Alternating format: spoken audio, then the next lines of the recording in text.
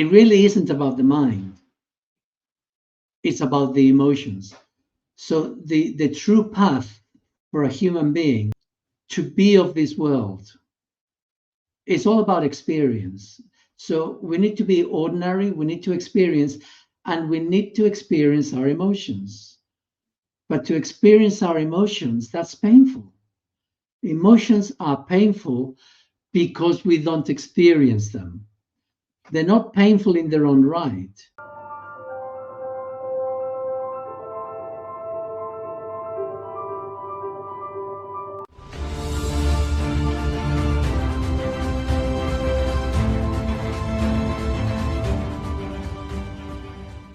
Hello, Astrid. Thank you very much for doing this podcast with me once more.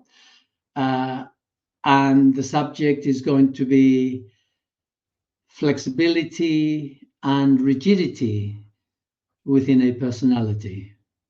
Mm. When I say that, what does that mean for you? What does that mean for me? For me, it says everything about how I perceive life and the way I try to control things. So there wasn't any flexibility of any. There wasn't a lot of flexibility, let's say that, because I wanted to control my life because of fear or uncertainty, or feel safe. I would separate that a little bit and say, well, we've got the potential for physical flexibility or rigidity. We've got the possibility of emotional flexibility or rigidity, and we have the possibility of mental rigidity or flexibility, because we have three separate brains with three separate computers operating within the personality, within the ego. And it's a spectrum that actually begins at the level of the mind and ends up at the level of the body. Yeah. So rigidity, inflexibility, begins as a result of experiences we've had when we're young, where we become programmed into a way of thinking and a way of being in the world, as in, like, we need to conform. We all want to conform when we're young because there's powerful adults around us, and we want to be in their good books. If there are parents, we may want to be accepted, loved, acknowledged. There's nothing scarier than for a young child to be ignored. And we see this with young children when they are being ignored and they go overboard. Yeah. Mommy, Daddy, look at me, I'm doing this, look at me. And then the more they do it, the less they want, the less they want to know, and the more anxious the child becomes. So we all have a need to be accepted, to be part of the group. To be expelled from the group is death. Within a group out in the wild, we're civilized these days, but to be at a genetic level, to be expelled from the group, it's a lack of survival there. So we need that from others, and the only way we can get that is by conforming. Yes. And conforming means we begin to rigidify our outlook. And as time moves on, that also implies that our capacity,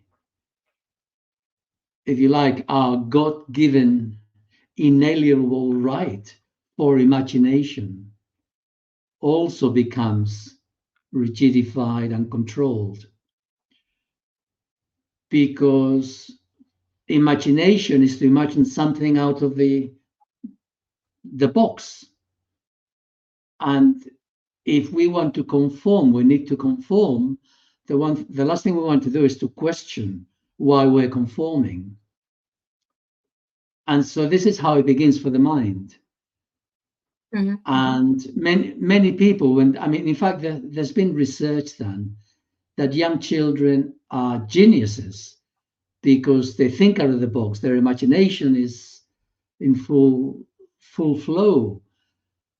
And then they go to school, they are subjected to the pressures of society, and by the time they've grown up, they've become mentally rigidified, and they're no longer geniuses because they can no longer think, or rather they can no longer imagine. Mm-hmm. And their imagination is now controlled, and so they cannot think out of the box, and they cannot see the world from different perspectives. The effect of that then is when the mind is rigidified, in that process, it then controls the emotions.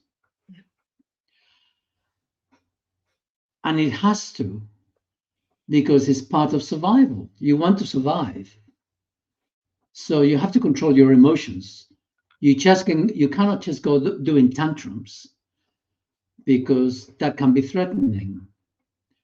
So you now control your emotional expression. You self-control your emotional expression.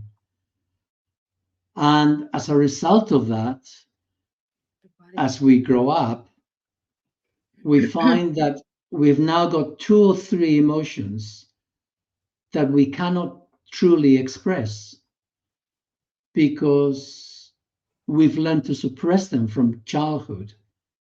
And there's a lot of emotional intensity attached to those emotions. The mind is now interfering with the body, interfering with the breath, interfering with the diaphragm and the abdominal muscles, because as soon as you begin to experience emotional intensity, your mind now finds that threatening to the survival of the ego, and it begins to hold the abdominal muscles in tension. Gradually the diaphragm seizes up, and our center of consciousness, our center of awareness, begins to remove itself from the lower abdomen, even from our chest, and it goes into our heads. So now we see the world from our heads. Yeah. And so the process of disassociating from the world begins, and it begins quite young, but it may be in stages. And with many adults, it's become fait accompli. They're lost. They're machines. Yes. Who have lost any capacity for creativity or individuality. Yeah. And so this is the process. So the mind affects the emotions via the body. And now that we've affected the emotions, and the emotions are part of the physical body, they're the nervous system, they're the hormonal glands that generate the hormones that give power to the muscles. Our energy comes from the hormonal system, which comes from the emotions. And so we're now curtailing our ability to be expressive and fluid, and it begins to show in our physical bodies. So now our physical bodies begin to see sap. And now we get to the point when you say, that person over there, or that other person over there, and you look and you know that person, you know that personality. You can see them coming if you can see them, because their body has seized up. It may only be in little ways, but it has identified that structure. And we say, oh, that is Joe Bloggs because of their gait, because of the way the shoulder humps, because of their neck goes forward, because maybe, their shoulders go up.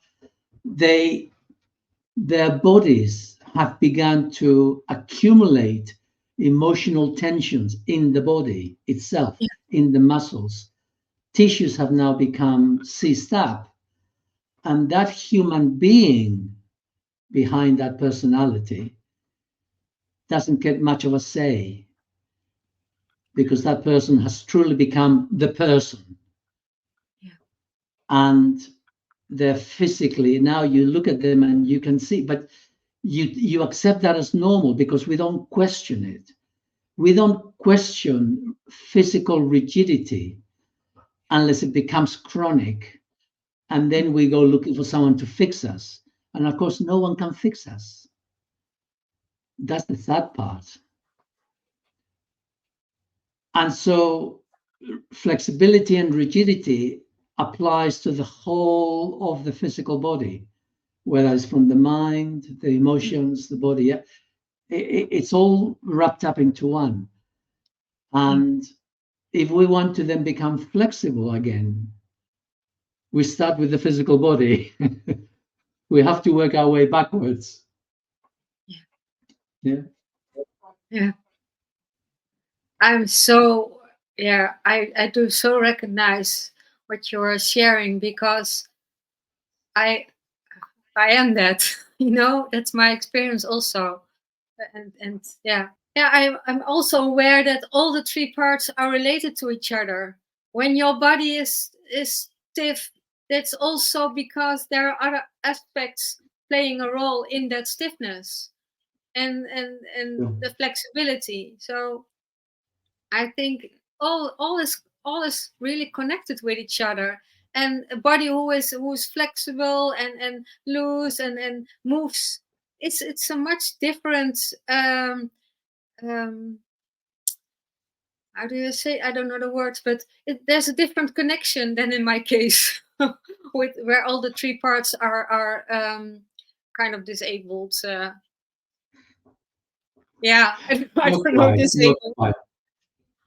The fact that you can say in my experience means that you are aware enough to notice the discrepancy. Yeah, yeah, And that is a really good place to be, because we cannot change ourselves just because we read it somewhere or because you hear it from me. That doesn't create change. Change happens because you experience the fact that, yes, I am inflexible in this way. And yes, I am inflexible in my emotions, or I am inflexible in my belief systems. in the way I You know, live life, in the way you live your life, even it has so much impact yeah, in how you live your life, and how it limits you in living life. So in my, let's say, from my perspective, it really does limiting my life because of my rigidity and the way I want to constantly control things, and so, and I know I can't, but that's for some reason in the forefront, still there. And I also have that experience with my son, who is, mom, you can do this, or shall we do that? And then I know it's my own perspective in this here, being limited in that way. I I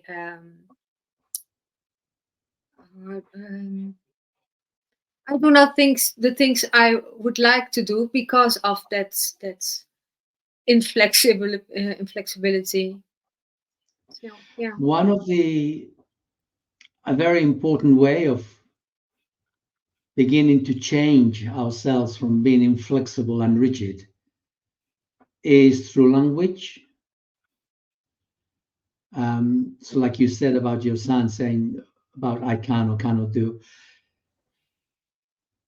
we are constantly indoctrinating ourselves by the way we speak words.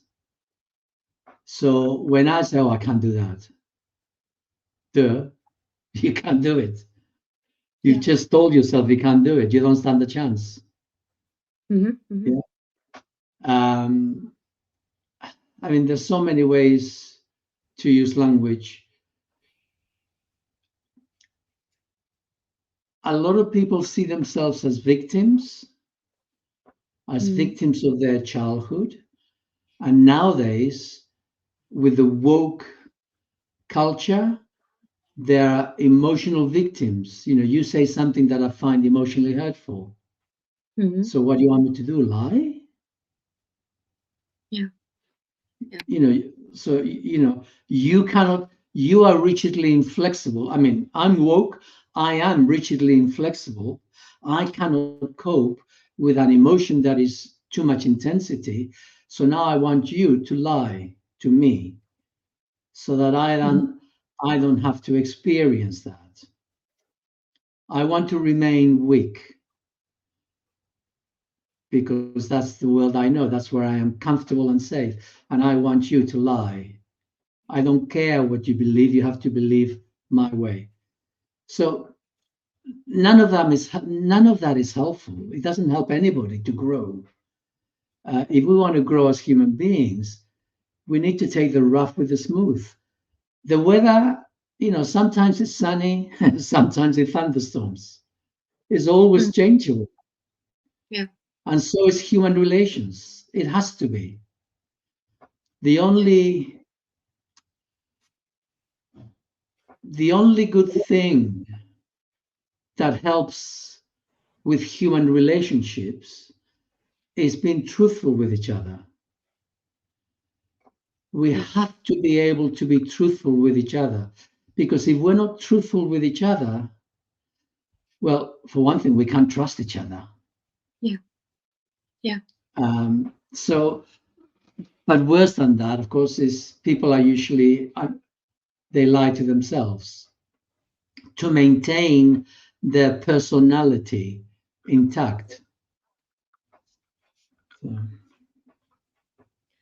Yeah, about that truthfulness, I really do think that's the way it works between people, but most of the time, and of course, it depends on how you express yourself, which I wasn't always able to express in a way the other could receive what I felt and what I wanted to share. But I really do feel to have a true honest connection, you have to be. You have to be true to your at first to yourself, but also to the other person. But yeah, my experiences is that it's often then stops, then it breaks up because of being honest, of sharing what you feel you want to share, without the intention to damage the other person. But Sure. yeah, anyway, yeah. It's not easy because we're surrounded by inflexible people. Okay. Society is totally rigid. You know, the slightest deviation will give you a penalty, of a financial penalty, if not worse. Yeah. So society itself is very rigid. Society is the equivalent of the mind. It's Yeah. controlled. Yeah, sorry, go ahead. Sorry for interrupting. Yeah, it's okay. You Go want to on then. say it's control? Yeah, yeah, but when this is the situation most of the humans are in that part. There are not many who truly are connected in the heart space. So the mirror we are seeing is what we all are doing, being in our head, being inflexible, being rigid. So Okay. yeah. If we look at that for a second, society is the equivalent of the mind. It is fractured, just like we are fractured. There's so many competing different programs. And then we look at the world around us and we see a political system of individuals who are weak, who are controlled by others, who lie. When was the last time anyone told you the truth? Well, I know one guy. I know one politician in the UK that speaks truth. Bridgen, Anthony Bridgen or something Bridgen. And he is the one honest politician that I've heard that I say he's not a politician. He's actually an individual who really cares for his constituency. But, it doesn't matter which country we look at. Politicians lie. And what's worse, they lie and we're supposed to believe them. They've got all these groups, they all want to control how we think. I mean, right now, there's this thing of who tells the truth, disinformation, misinformation. So there's all these NGO groups trying to set themselves up to control the narrative of what we can and cannot think. What is the truth? We'll tell you what the truth is. They want to tell us what the truth. Never mind about what you think. Never mind about what your gut tells you. It's they're the ones with the truth. And if you question that, you get cancelled, depending where you go, what you say. There's an inflexibility, and it's all to do with lies. It's a world right now in this world, we exist in a world of lies, in a world of deception, in a world of manipulation. Welcome to the personality. Yeah.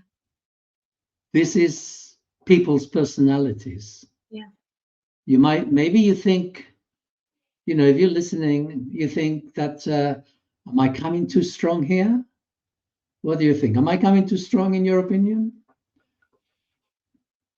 No, I don't think so. No. No, because we are doing, that's a mirror of what we are doing.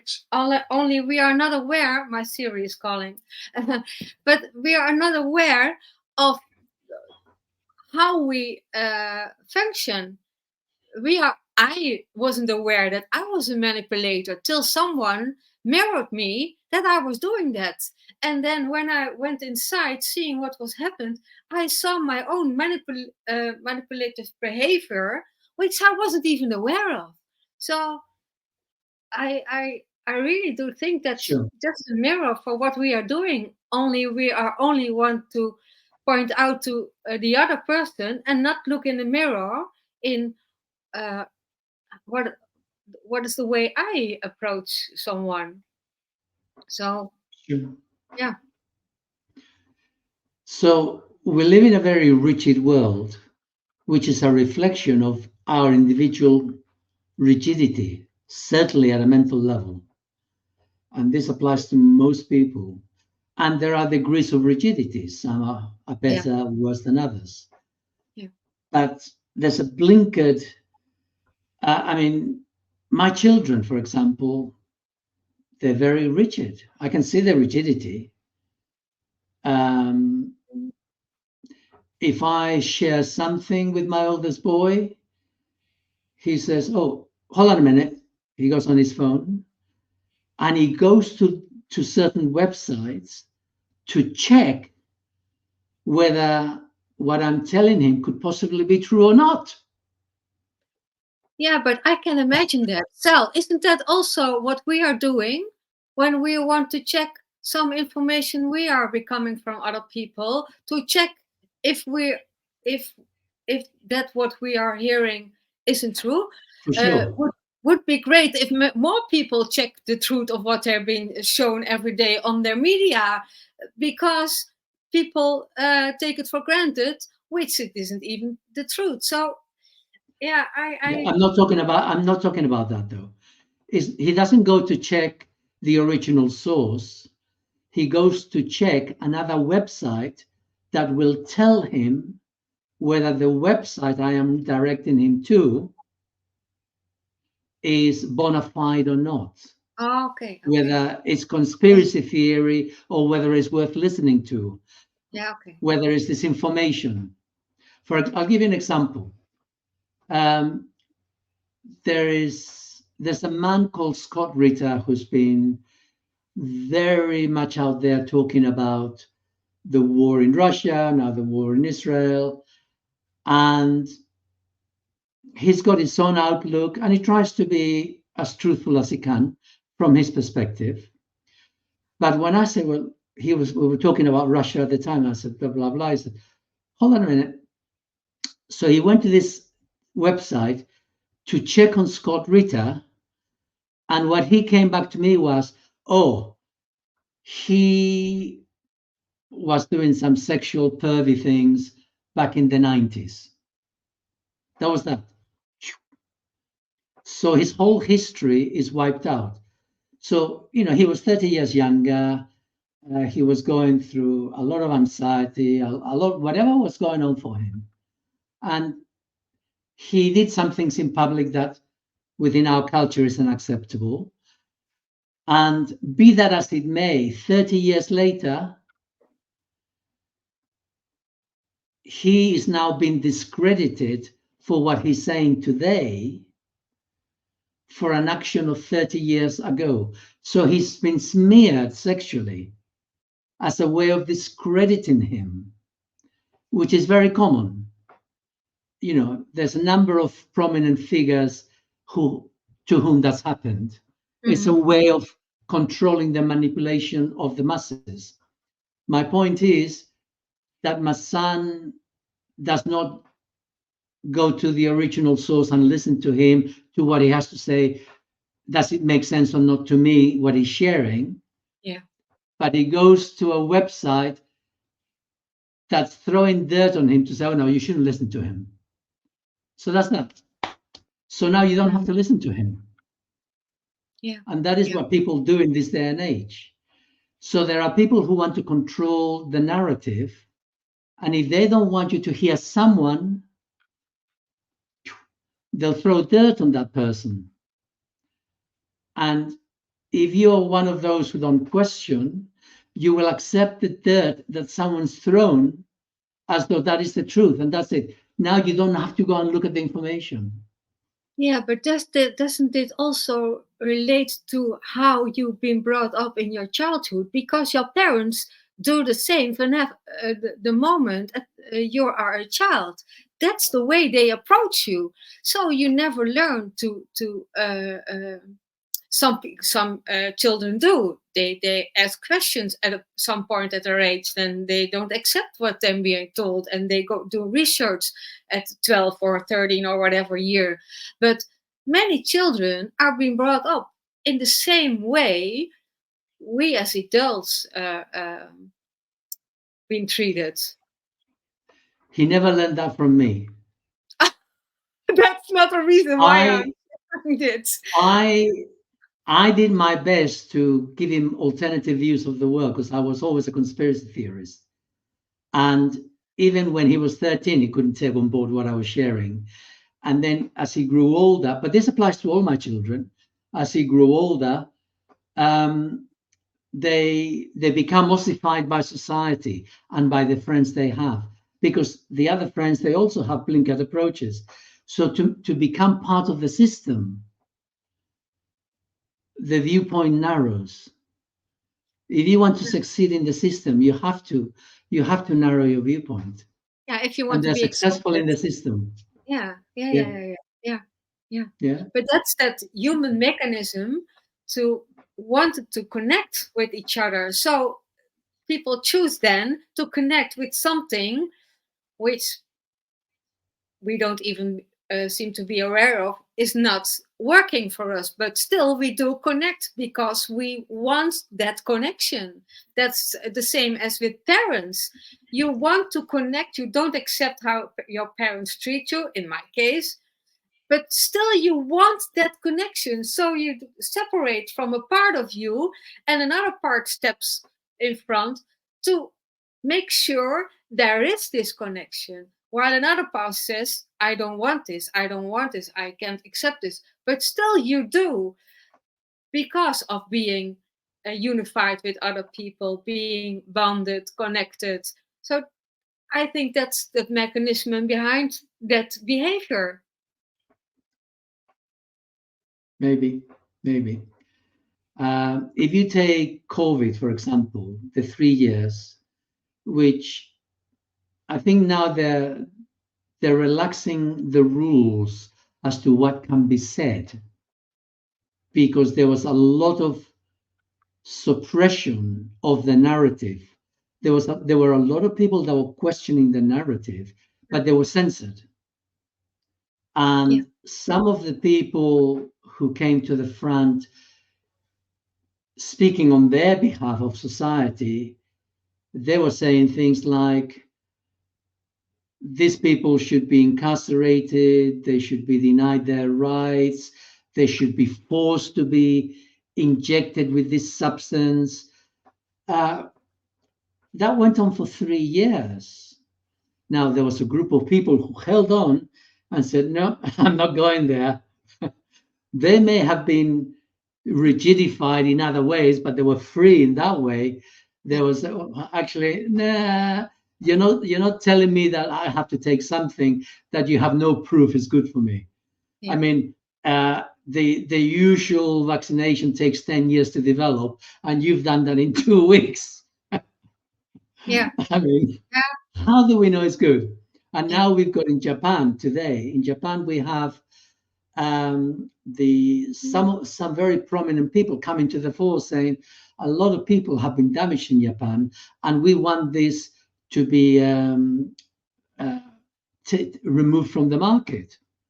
And there are other places. I mean, even in America, there's a place, I think it's Oklahoma. Don't quote me on that, but there's a place where they're taking Pfizer to court. They're saying, this is damaging to people.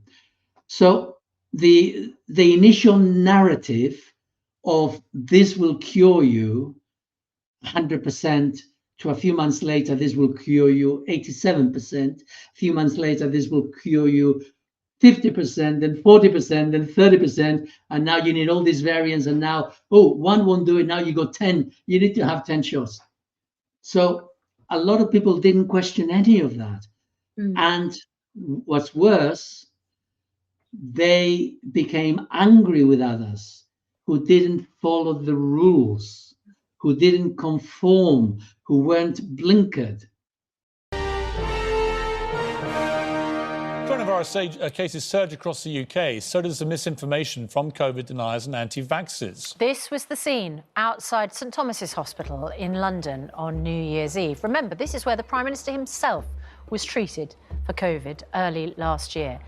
But protesters were shouting COVID is a hoax. The Labour leader, Sir Keir Starmer, said on this programme he would support emergency legislation to tackle anti-vax misinformation online. Spain, meanwhile, is setting up a register to track those who refuse to take the vaccine. So should those who spread anti-vax misinformation be prosecuted? Yeah. And that's the society we're in. It's not easy to be a free thinker. It is not easy to be outside the box. They don't want you to be outside the box. I mean, but that's the agenda. That's because of the agenda. What's behind that? So absolutely. I mean, there is an agenda. Of course there is. Yeah. They want consumers who will die young. Yeah. That's the ultimate agenda, right? They want you to consume, and the produce of your labor, that money, you give it back to them. And then before they have to give you anything back, they want you to die off. So what do we have? We've got a sick society who is filled with all manner of poisons, which people ingest without questioning. People do not question what they eat. They do not question what they drink. It's like we accept that we exist in a world which has been chemicalized, as though that's how it is. Yeah, but that's I was one of them, Sel, and not so long ago, I don't know, maybe 15 years ago, there was something that made me change and look for things like that. But I was also some of the people who was unaware and not interested or whatever, in whatever way, in the food, in how we've been with chemicals, with fluoride, with all that stuff, how we've been damaged without even knowing that. So Sure. isn't that also a process? Every individual is in its own way. Absolutely. And this is why we're having this podcast, because Yeah. we're hoping to share with people the process. First of all, the acknowledgement. Until we can see that actually we are blinkered. Yes, I am physically rigidified to a greater or lesser extent. And I do have problems with some of my emotions. I struggle with anger. Every now and then I erupt in rage. I struggle with grief. I can't cry. I struggle with joy. That was my one. I struggle with joy. I was always very serious. Not totally, because I'm a Gemini, so two sides of the coin. But nevertheless, we all have some emotions that we struggle with. But until we can see it, we don't stand a chance. And first of all, we need to notice. I remember I used to be really envious and jealous, but it took me a long time to acknowledge that and to say, it's okay to be jealous. It's okay to be envious. And what's behind it? What am I envious for? And in my case, it was because my mother wasn't there. And so when I latch onto someone for a relationship, I want to be the center of that relationship. If they've got a cat, I'm now jealous of the cat. If they've got a dog, I'm jealous of the dog. Because a lot of their focus is going into that animal, because that animal gives them undivided love and attention, which is what they do. And so it's a process. It is a process of recognizing, and then, it's okay to experience the jealousy. Now I look inside for what's making me jealous, what's going on inside me.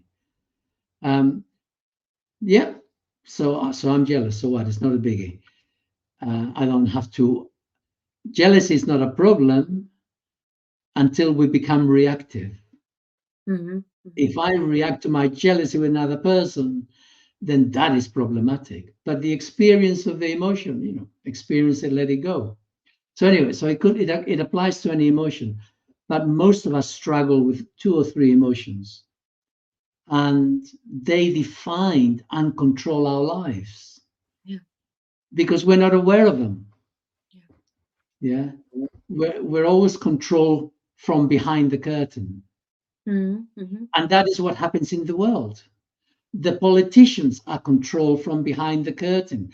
They're just reflecting how we ourselves are as individuals. Yeah. So. But you say you are not aware, but I'm aware of which emotions are limiting me. But I'm still not able to break through these emotions.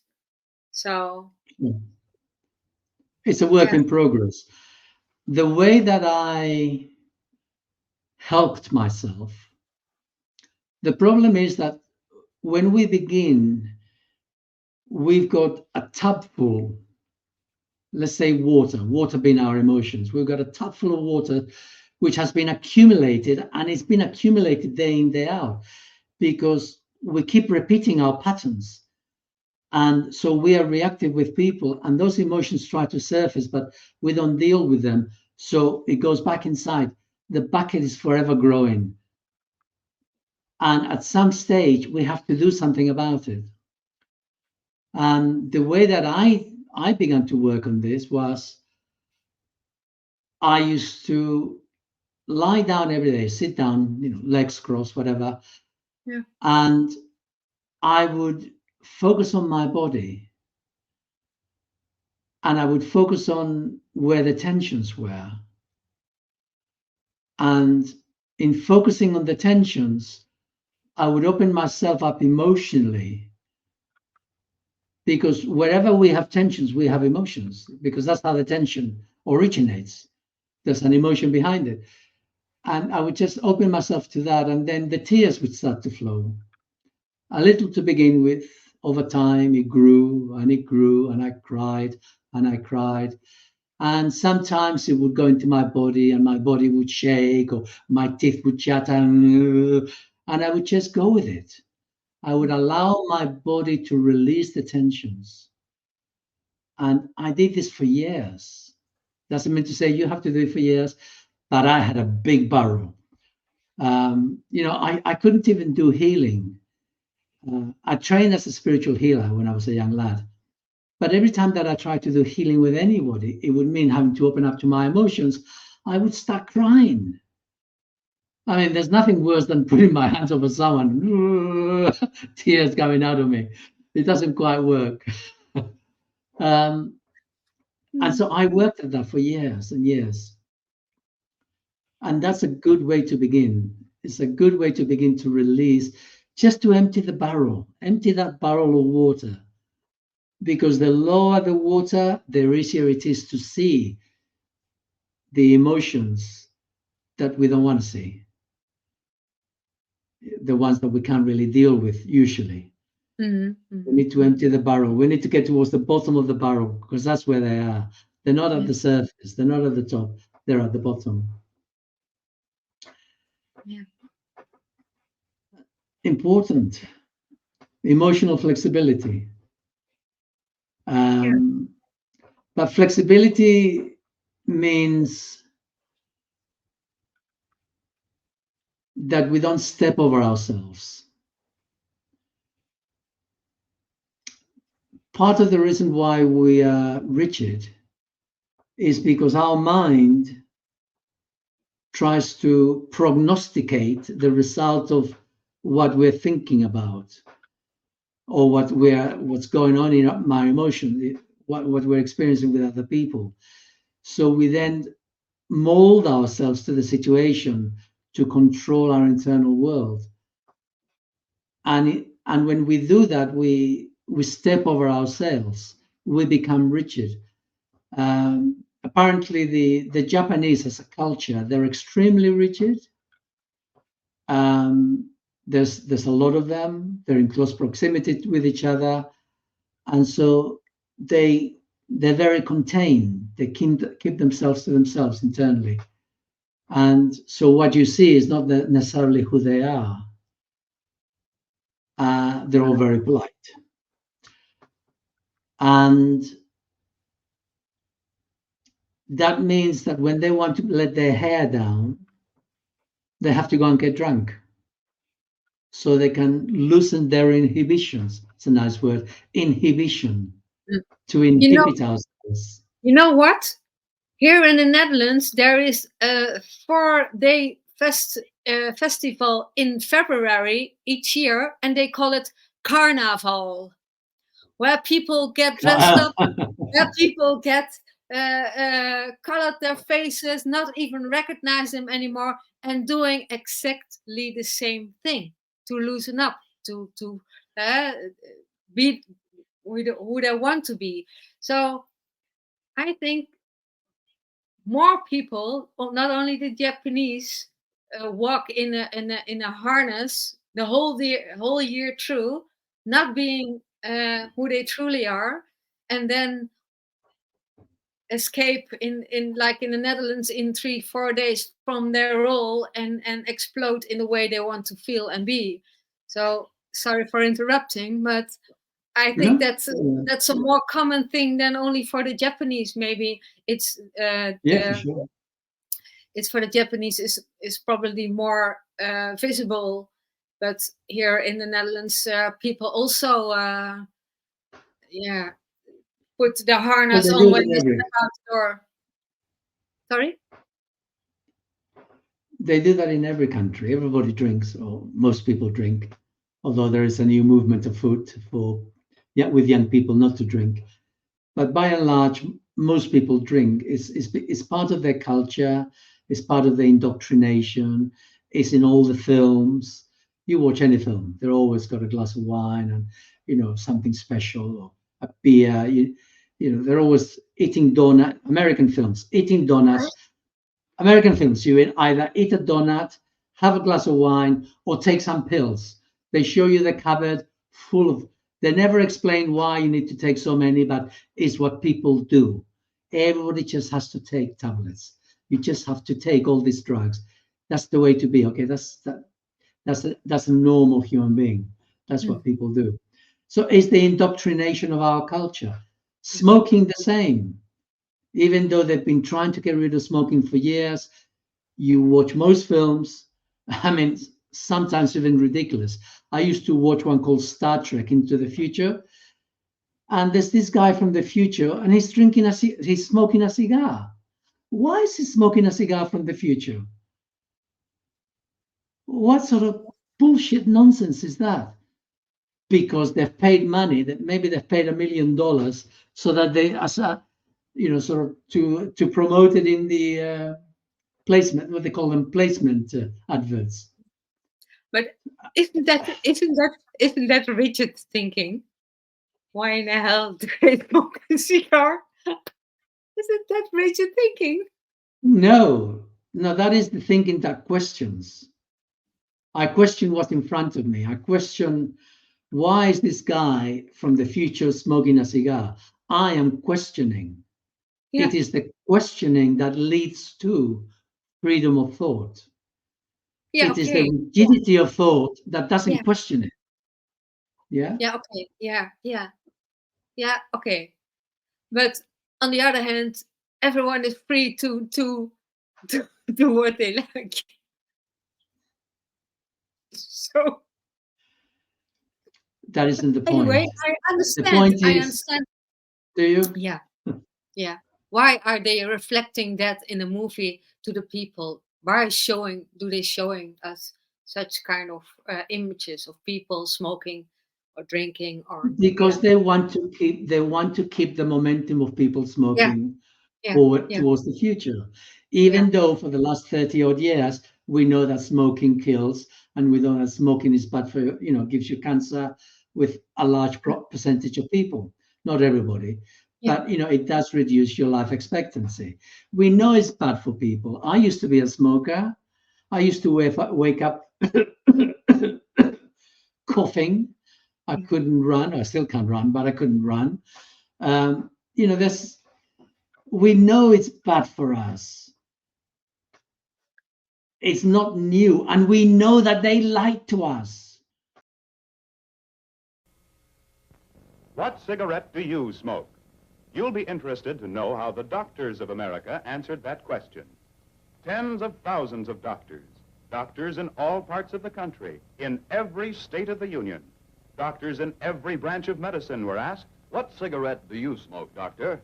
in this nationwide survey of general practitioners, surgeons, throat specialists, diagnosticians, and so on, the brand named most was Camel. Yes, according to this survey, more doctors smoke Camels than any other cigarette.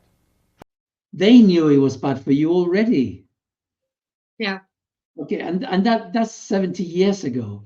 So why would you have people from the future smoking cigars? Yeah. I'm just making the point.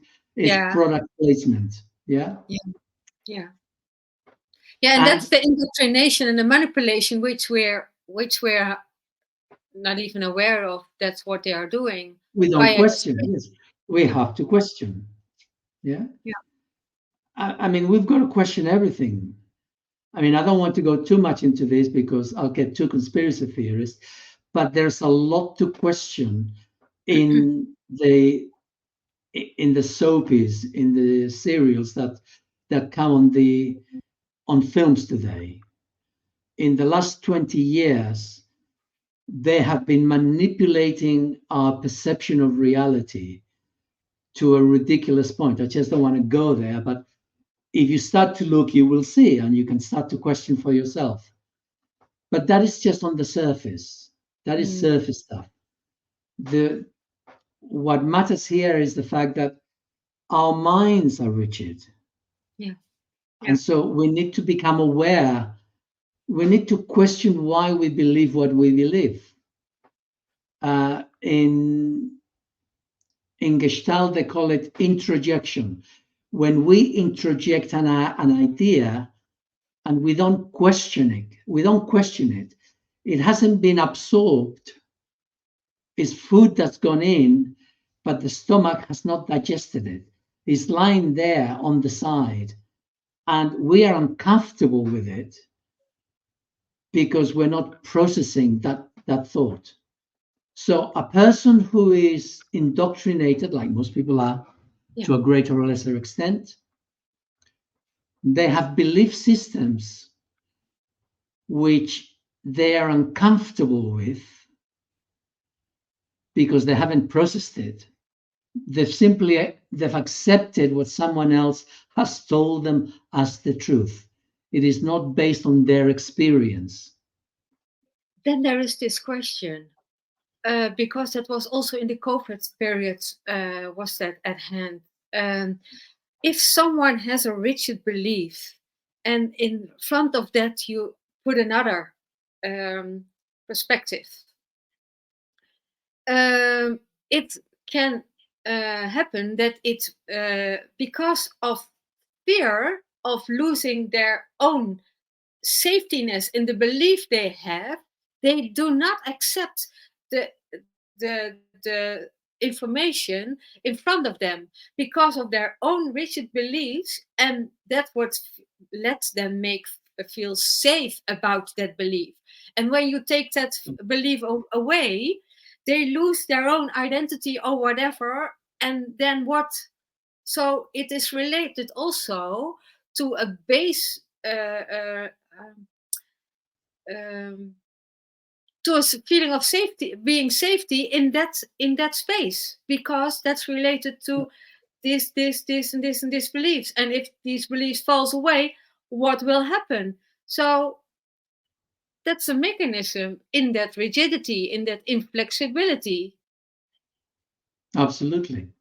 So we've got dozens of them, but we have one rigid belief, okay?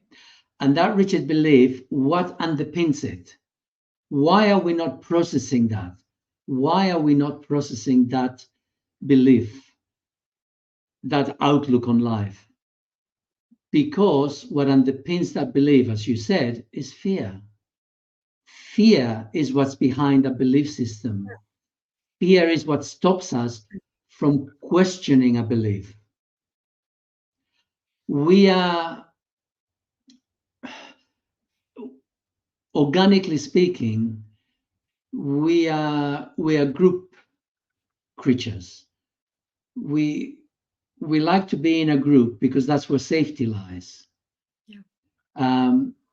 If you've got 100 zebras and the lion comes around, who do I go for? The 100 zebras are together, the lion doesn't know who to go for. It's too much choice. But if there's one zebra that falls outside the group with a lame leg or something not quite right, the lion and the lionesses, they will hone in on the one that sticks out from the group. There's the saying, right? The nail that sticks out is the first one to get hammered. Yeah. So there is safety in numbers, and there is safety in being part of the group. And the fear is the annexation from the group. If you think outside of the group, you will lose the group. Yeah. We know this. I mean, like, let's say you are religious and you belong to a cult of some sort or other. And for whatever reason, you get to a point where you start to question the ideas of the group. Well, if they excommunicate you from that group and your family is also involved with that group, they'll tell you you can't talk to that person. That person loses connection with their friends, may have been friends for 10, 20, 30 years, from their family members. Yeah. There's a lot of power in fear, and there's a lot of power in keeping the person part of the group, because if you don't stay with the group, you'll be excommunicated. Yeah, but that's what they did on the COVID situation. They imprinted people constantly, every half an hour a day here on the Dutch radio. Every hour, half an hour, there was this fear programming, and so they know that, and we are not even aware that we're having that behavior because of this underlying fear. And that's for most of people is that the way it works, without not even realizing that is what is happening to them. So Absolutely. yeah. And I hate to say this, but people should stop listening to the news, mainstream news, because all you get from that is pure indoctrination. Again and again and again. You repeat a lie often enough, you start to believe it. Yeah, but And it's I been think repeated so. since you were born. But I think there are more and more people who are listening to the news and their gut feeling is going active in a way that they think this doesn't sound true. So isn't it also a way to wake up people in how they approach life and how they see things as the truth? It's somewhere you have to have the triggers to get awakened. And if the news is one of that, then you have to look at the news to be triggered in this awakening process. Maybe. I don't know, but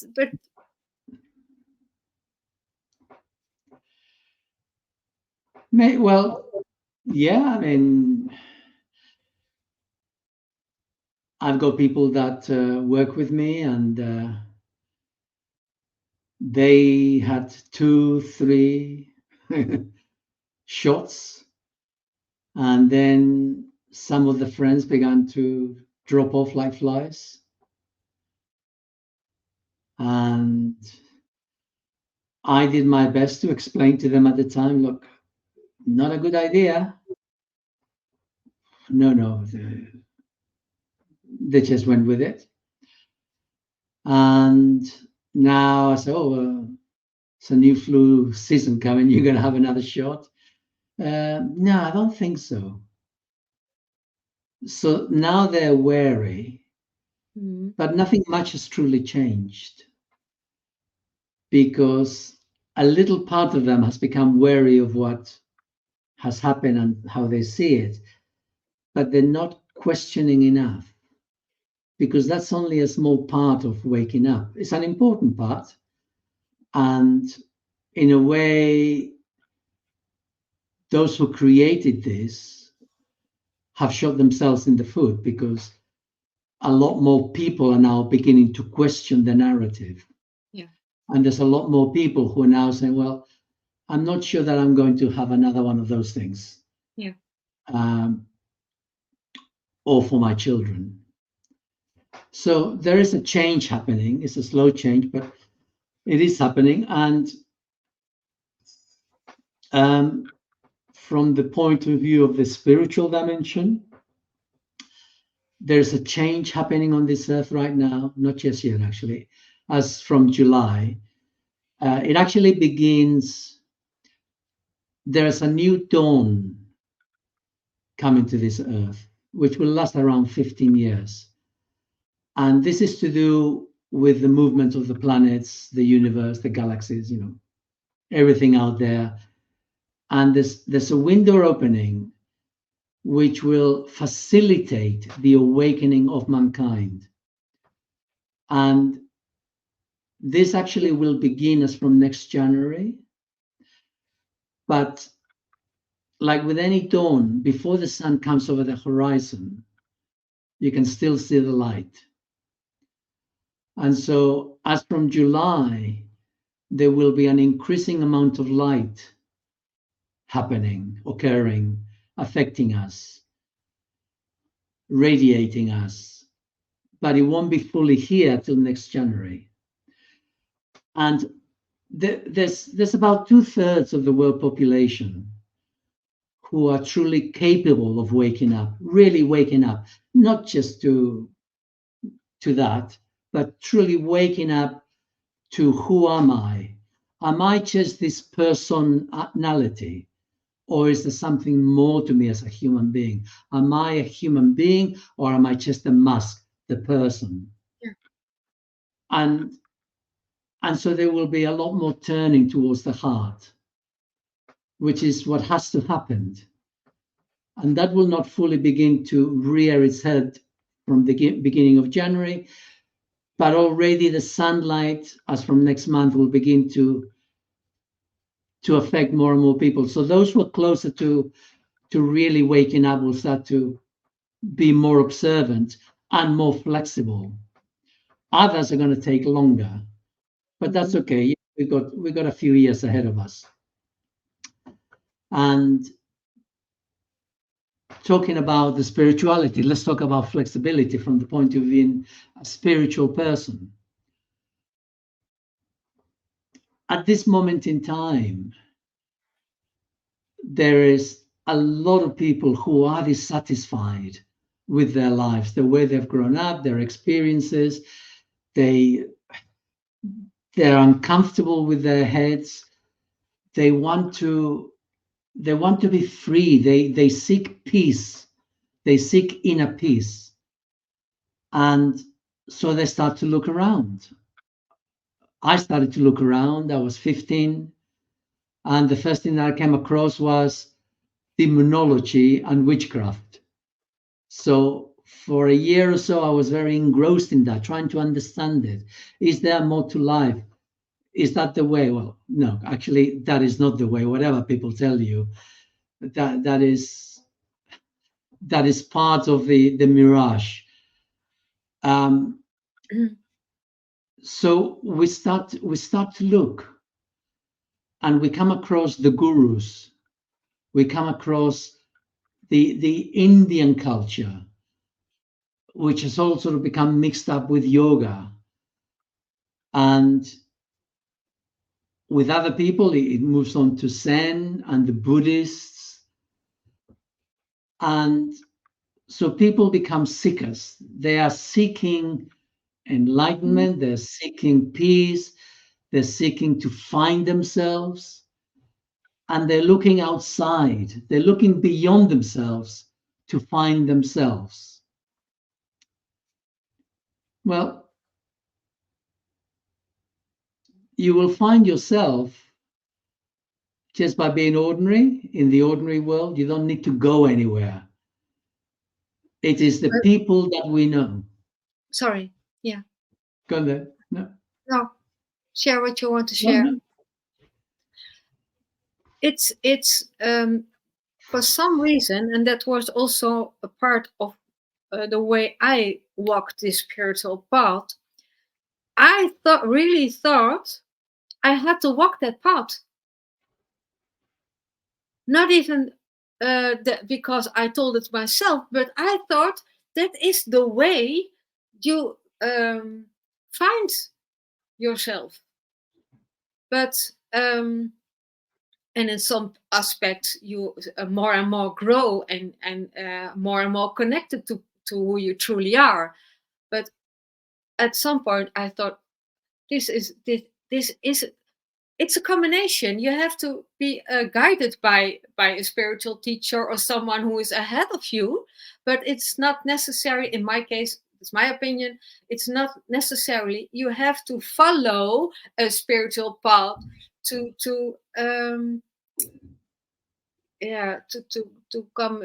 become in that the one you need to be, or need. I don't know how to put it in the right words, but yeah, I really thought I need to walk that spiritual path go there. I felt change in I did my Reiki courses. I followed the Reiki 1 and 2, and then I could work as a Reiki healer, which I did not, but I thought I need to do all those things.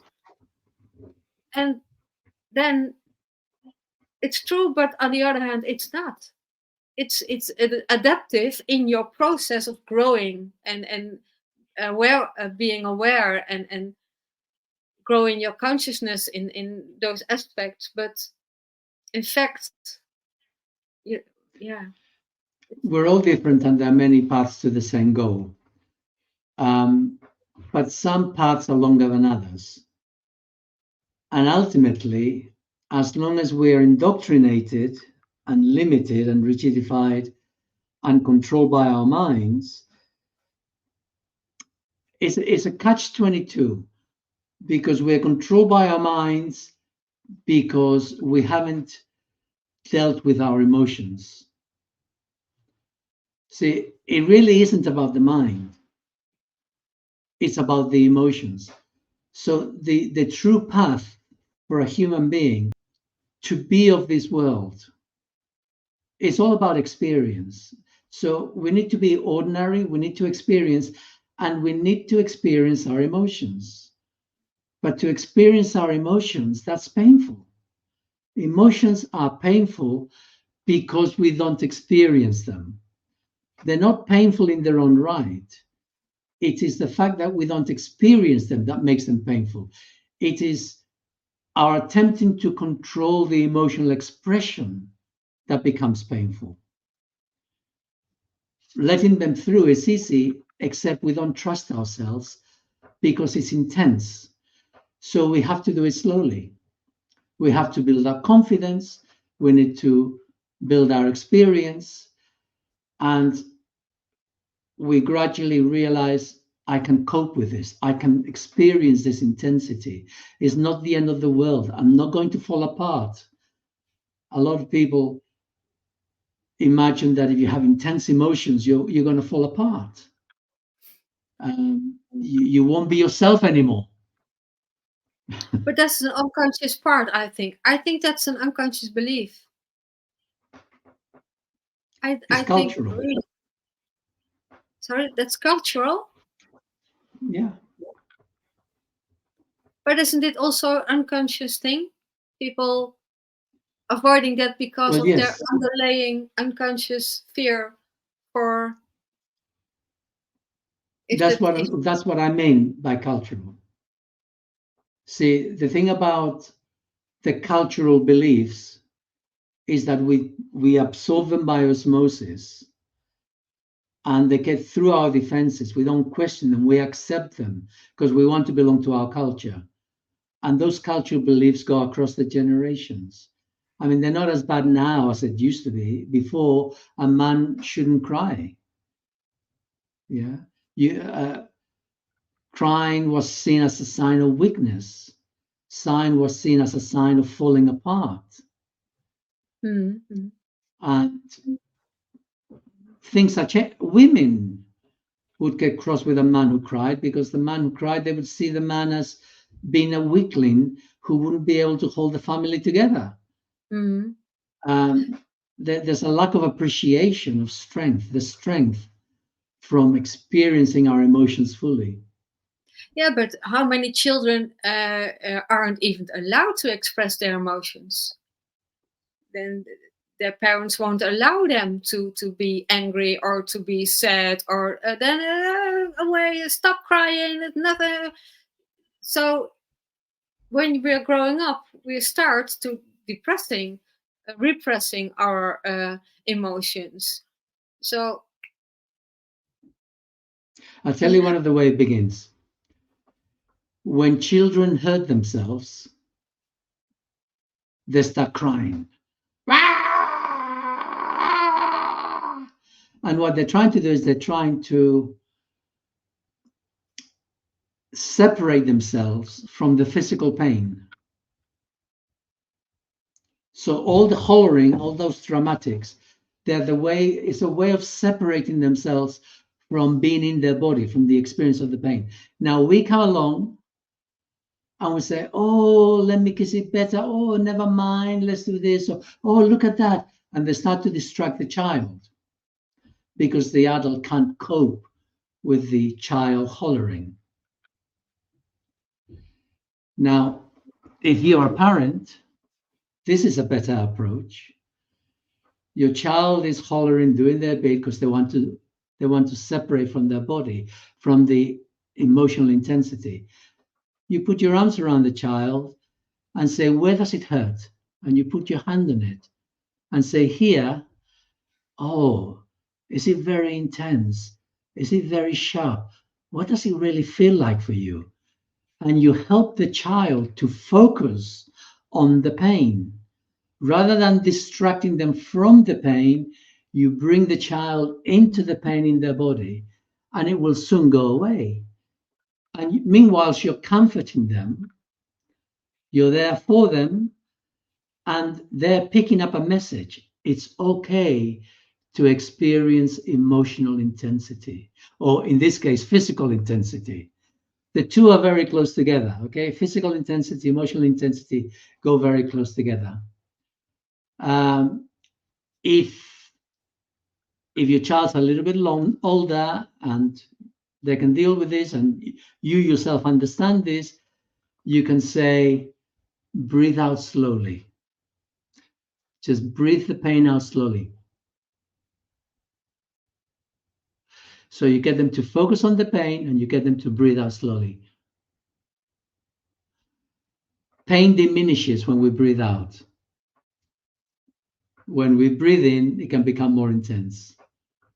So if you ever go to the dentist and you don't want them to, you don't want them to put the injection in you, but you know they have to do something.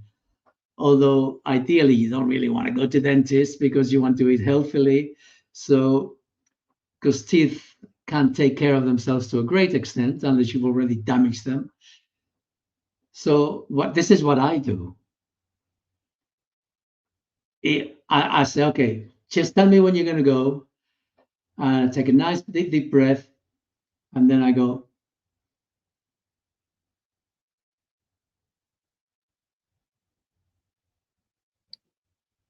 And I breathe out slowly. And if it becomes too intense, I'll say,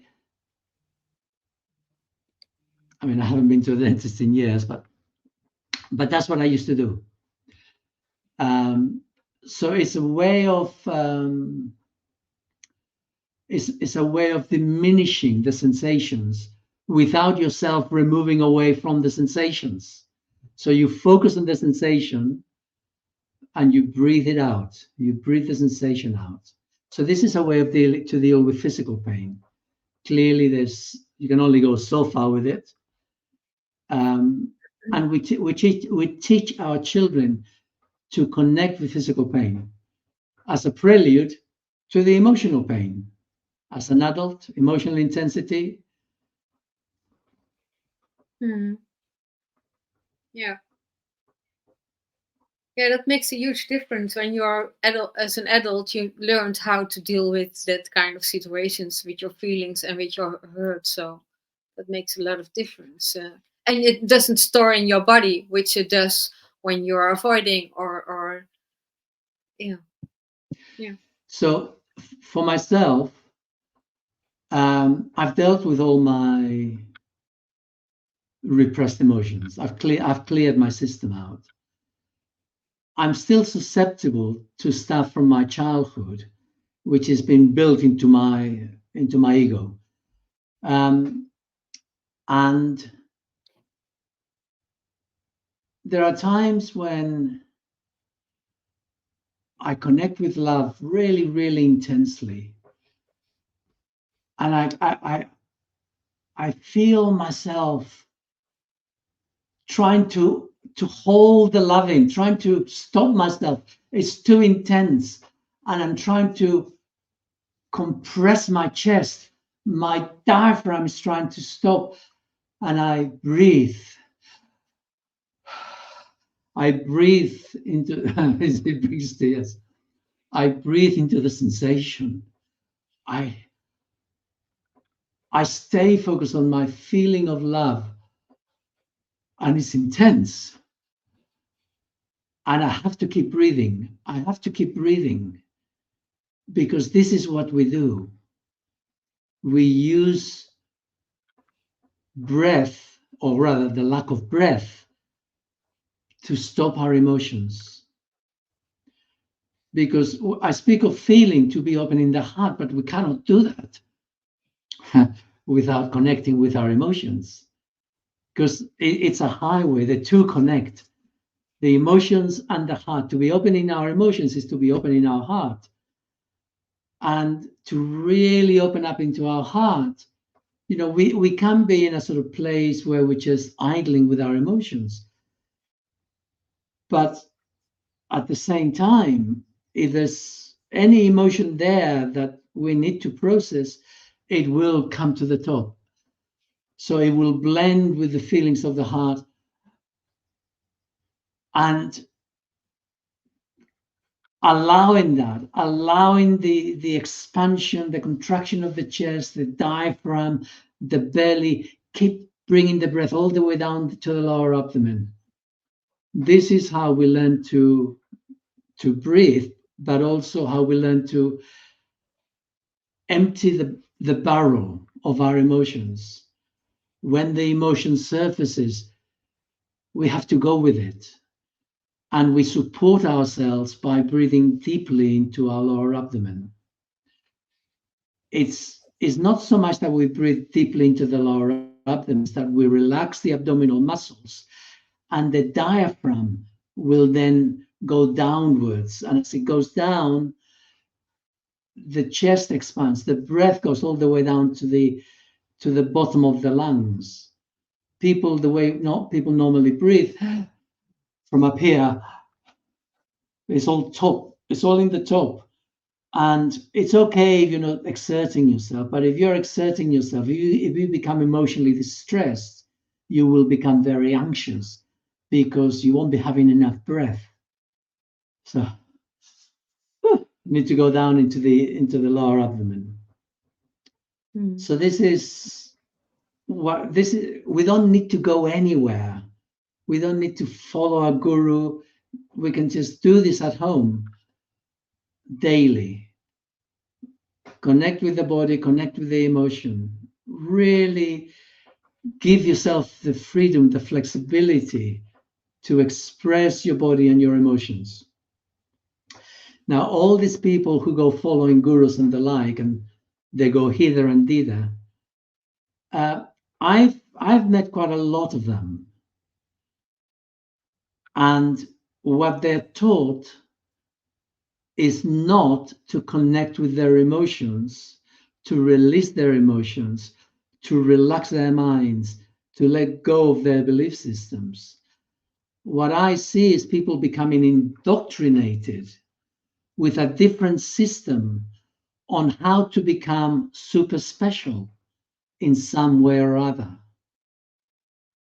And they'll spend many years learning all these books, doing all this head stuff, and then they come back and now they want to teach to other people all of these things. But guess what? They're still indoctrinated because they never dealt with their emotions. And we know that our emotions haven't been dealt with when we have an altercation with someone and we go back away from them and our brain is working overtime.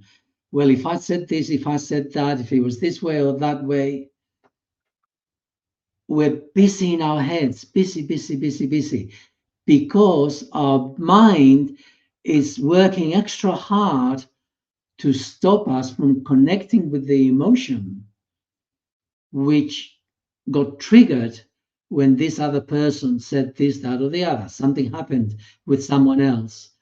And the emotion got triggered, but it straight away got suppressed because we couldn't deal with the emotional intensity. We were too emotionally rigid. And so it got suppressed by the mind to protect the organism. Yeah. Much to Do you relate digest. to that? Yeah. You ask me the question and you already know the answer. I don't know the answer. If I knew the answer, I would be in my head projecting into the future your response. So I would be judging you. I don't know the answer. I'm asking you, do you relate to it in your experience? Yeah, I do. Yes. Many things in what we discussed here. Yeah. Okay. Well, it's we've been talking for an hour and a half, just about. So I think probably we'll stop here. You know, any of you guys listening, you got questions? I could have kept going, but I think I don't want to make it too long. But do you have any questions? Write them there. Give us a thumb up if you think, oh, that's interesting. If you do, then other people will come and look at what we produce. If you do nothing, then I will be in a little cul-de-sac on YouTube and nobody even knows that we exist. So give us a thumbs up and comment. Feel free to comment to your heart's content. Thank you, Astrid. You're very good. Astrid is really good because she allows me to talk. Okay, she allows me to express, and I'm really grateful for this. Thank you very much. With some interference now and then. No, your interference is valuable. It's not interference, okay? It's your perspective, and you represent the common person out there. The average person who will have their questions will be similar to yours. So no, absolutely not interference. I welcome your responses and your questions. Okay, thank All you. right. Anyway, thank you very much, Astrid, and goodbye, everyone. Thank you all. Bye-bye.